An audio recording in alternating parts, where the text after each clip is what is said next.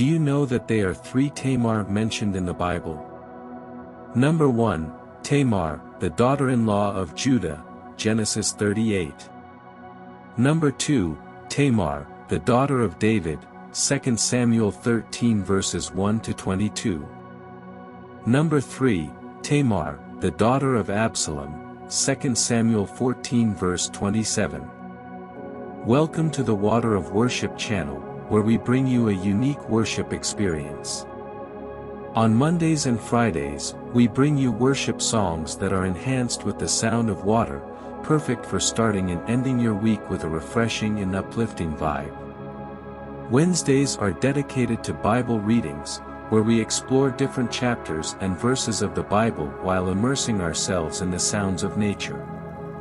On Saturdays like this, we dive deep into the lives of little-known individuals in the Bible, telling their stories with a powerful voiceover and the calming sounds of water. I know you can't wait to hear about and have more knowledge about the 3 Tamar mentioned in the Bible. Let's begin. The first Tamar was a woman in the Old Testament who experienced a great deal of tragedy and hardship in her life. She was the daughter-in-law of Judah, one of the 12 sons of Jacob, and the father of the tribe of Judah. Tamar was first married to Judah's eldest son, but he died before they could have children. According to the custom of the time, Tamar was then married to Er's younger brother, Onan, but he too died before they could have children. Judah promised Tamar that she would marry his 3rd son, Shelah, when he came of age, but he never followed through on that promise. After many years of waiting and still childless, Tamar decided to take matters into her own hands. She disguised herself as a prostitute and waited by the side of the road for Judah to pass by. When he did, he propositioned her, not realizing it was his daughter-in-law in disguise. Tamar asked for payment in the form of a goat, which Judah promised to send once he returned home.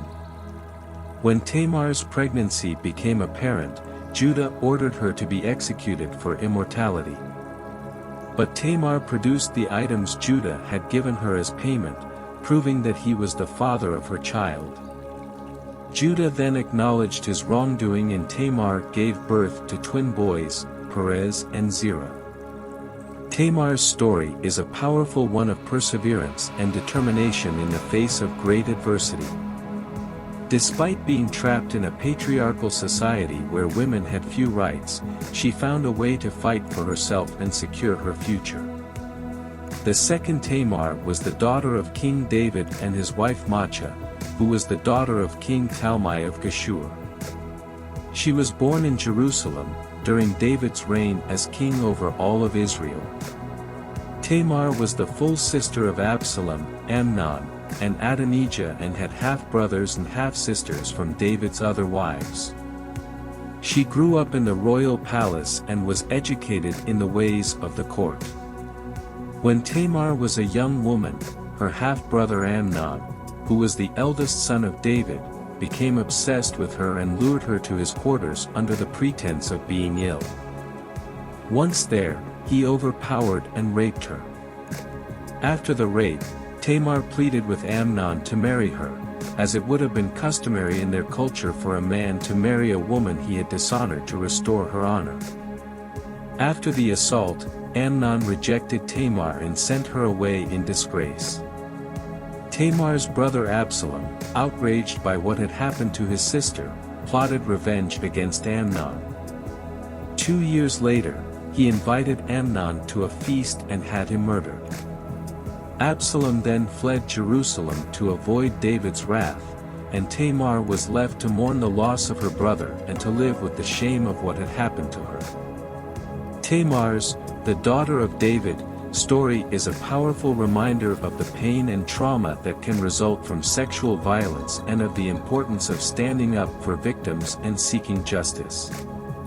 Despite the tragedy that she experienced, Tamar remained a beloved daughter of David and a member of Israel's royal family, and Tamar is remembered in the Bible as a victim of sexual violence and as a reminder of the importance of treating others with respect and dignity. And the third Tamar, the daughter of Absalom, is mentioned briefly in 2 Samuel 14 verse 27. Absalom was the third son of King David, and he had a daughter named Tamar. Tamar was likely born during Absalom's lifetime when he was still alive and had not yet rebelled against his father, King David. Not much else is known about Tamar, as she is only mentioned once in the Bible. Her story is overshadowed by the more well-known story of Tamar, in the likes of the daughter-in-law of Judah, who also appears in the book of Genesis.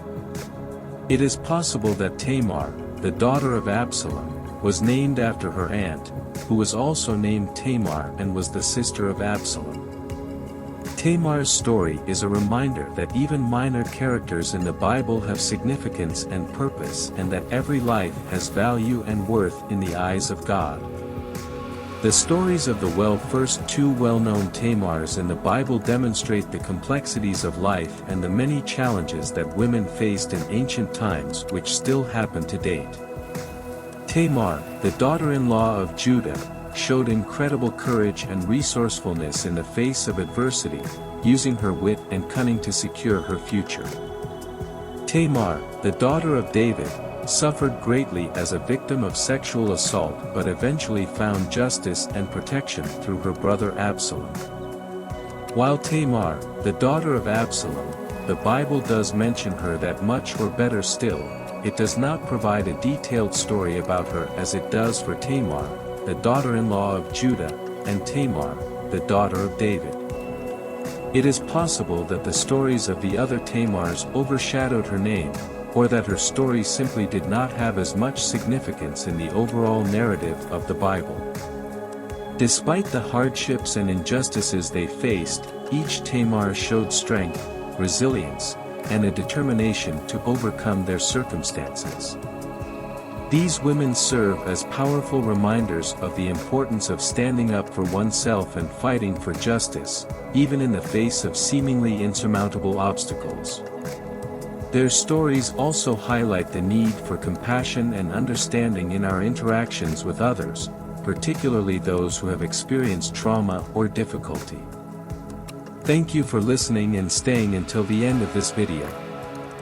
Don't forget to like and leave us a comment if you enjoy this content, and most importantly, subscribe to our channel for a unique worship experience, where you can find peace, inspiration, and spiritual growth.